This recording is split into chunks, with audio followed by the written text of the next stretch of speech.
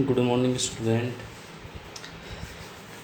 आज हम BEd second year school subject हमारा रहेगा gender school and society. Topic हमारा रहेगा कैरिकुलम।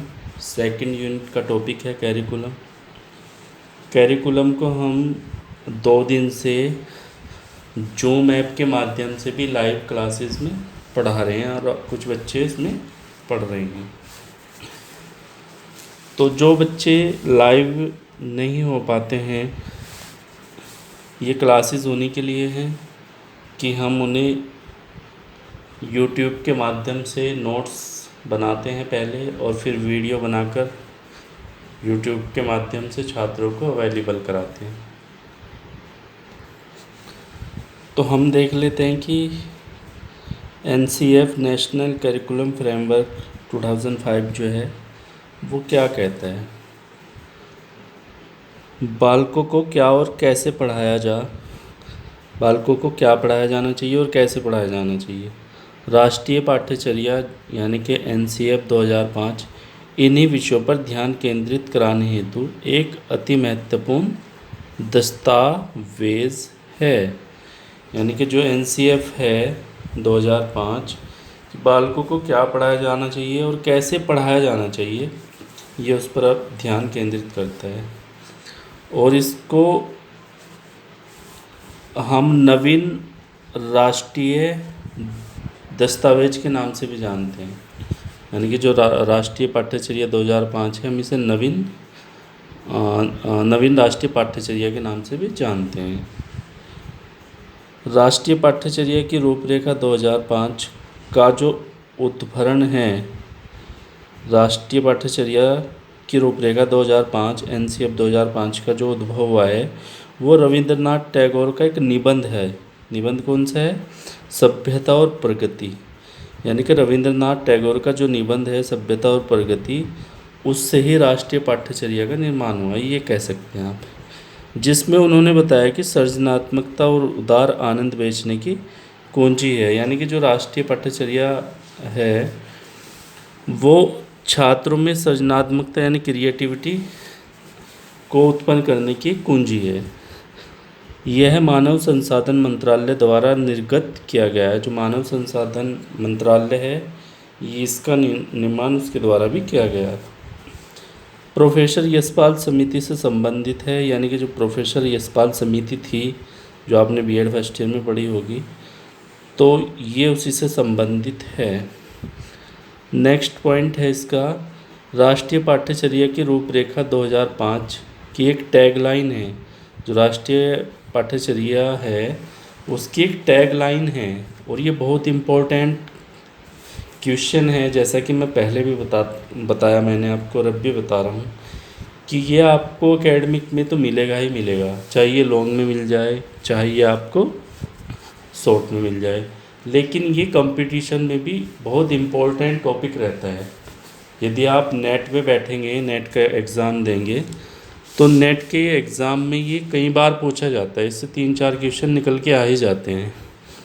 तो ये बहुत इम्पोर्टेंट टैगलाइन है, लर्निंग विदाउट बर्डन। राष्ट्रीय पाठ्यचर्या की एक टैगलाइन है, लर्निंग विदाउट बर्डन, यानी बिना भार का अधिगम। बिना भार का अधिगम। तो इस टैगलाइन को आप याद रखिएगा। उसके बाद जो पाठ्यचर्या के कुछ सिद्धांत है, वो सिद्धांत क्या क्या है वो देख लेते हैं। और एक इम्पोर्टेंट बात और मैं बता देता हूँ आपको, जो ये पाठ्यचर्या है 2005, नंबर 1 ये बाल केंद्रित है। ये बाल केंद्रित है।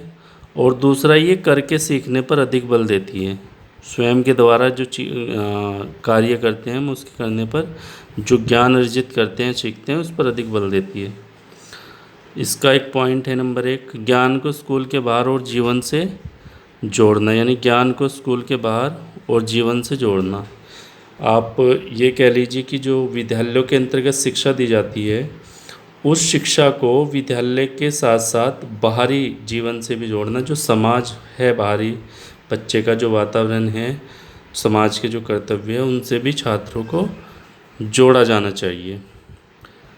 पढ़ाई की जो रटन प्रणाली हो उससे यह मुक्त होना चाहिए। यानी जो आप पढ़ते आए हैं, मध्यकाल में आपने पढ़ा है, वैदिक काल में भी आपने पढ़ा है, जो रटन पद्धतियाँ, जो रटन प्रणालियाँ उस समय चलती थी, उन रटन प्रणालियों को ख़त्म किया जाना चाहिए, समझने पर बल दिया जाना चाहिए। यानी कि जो ये कहा गया है कि करके सीखने पर बल दिया जाना चाहिए। यदि छात्र करके सीखेगा, स्वयं के द्वारा कोई कार्य करेगा और सीखेगा, तो उसका जो ज्ञान होता है वो अस्थायी होगा, वो ज्ञान अस्थायी होगा, वो काफ़ी लंबे समय तक अपने मस्तिष्क में उस ज्ञान को रख सकता है। ऐसा नहीं होगा कि आज उसने सीखा और कल वो भूल गया, जैसा कि रटन प्रणाली के अंतर्गत होता है कि आज कोई चीज़ हमने रटी और उस चीज़ को हम कल या परसों भूल गए, तो ऐसा नहीं होना चाहिए। पाठ्यचर्या का इस तरह संवर्धन हो कि वह बच्चों की चौमुखी विकास के अवसर मुहैया कराए, बजाय इसके कि पुस्तकें केंद्रित बन के रह जाए। तो इसका मतलब ये हुआ कि जो हमारी पाठ्य पुस्तकें हैं सिर्फ वही केंद्रित ना हो जो छात्र का सर्वांगीण विकास करे, चारों तरफ से विकास छात्र का कर सके, ऐसी शिक्षा हमें छात्र को दी जानी चाहिए। परीक्षा को अपेक्षाकृत अधिक लचीला और कक्षा की गतिविधियों से जोड़ना चाहिए। परीक्षाओं को अपेक्षाकृत अधिक लचीला बनाना चाहिए और जो भी कक्षाओं में गतिविधियाँ होती है उससे उसे जोड़ना चाहिए। नेक्स्ट है एक ऐसी भावी पहचान का विकास जिसमें प्रजातांत्रिक राज्य व्यवस्था के अंतर्गत राष्ट्रीय चिंताएं समाहित हो। छात्रों को ऐसी शिक्षा दी जानी चाहिए, ऐसा ज्ञान दिया जाना चाहिए कि वो जिससे किसी भी चीज़ को पहचान सके और उसी के आधार पर